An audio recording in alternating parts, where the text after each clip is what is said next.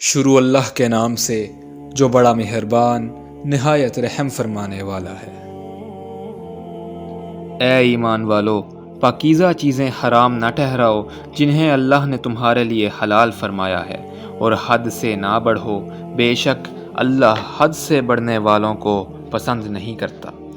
اور اس میں سے کھاؤ جو رزق اللہ نے تمہیں دیا ہے، حلال پاکیزہ، اور اللہ سے ڈرو جس پر تم ایمان رکھنے والے ہو۔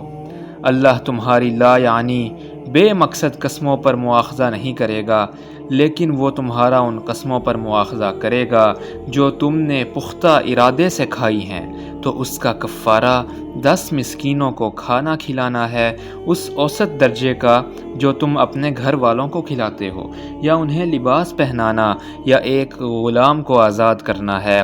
پھر جو یہ نہ پائے تو 3 دن کے روزے رکھے۔ یہ تمہاری قسموں کا کفارہ ہے جب تم قسم کھاؤ اور اسے توڑ دو، اور اپنی قسموں کی حفاظت کرو۔ اسی طرح اللہ اپنی آیات تمہارے لیے کھول کھول کر بیان فرماتا ہے تاکہ تم شکر ادا کرو۔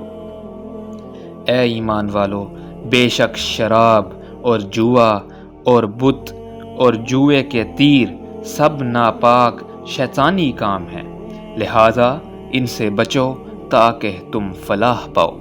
بے شک شیطان یہی چاہتا ہے کہ تمہارے درمیان شراب اور جوئے کے ذریعے عداوت اور بغض ڈال دے، اور تمہیں اللہ کے ذکر اور نماز سے روک دے۔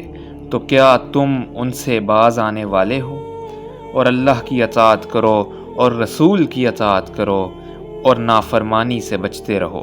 پس اگر تم منہ پھیرے رہو تو جان لو کہ بے شک ہمارے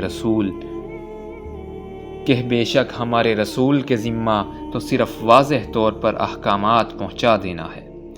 ایمان والوں اور نیک عمل کرنے والوں پر کوئی گناہ نہیں اس میں جو حرمت کا حکم نازل ہونے سے پہلے انہوں نے کھایا، جبکہ وہ اللہ سے ڈرتے رہے اور ایمان لائے، اور انہوں نے نیک کام کیے، پھر ڈرتے رہے اور آنے والے حکم پر ایمان لائے، پھر ڈرتے رہے اور انہوں نے نیک کام کیے، اور اللہ نیک کام کرنے والوں کو پسند فرماتا ہے۔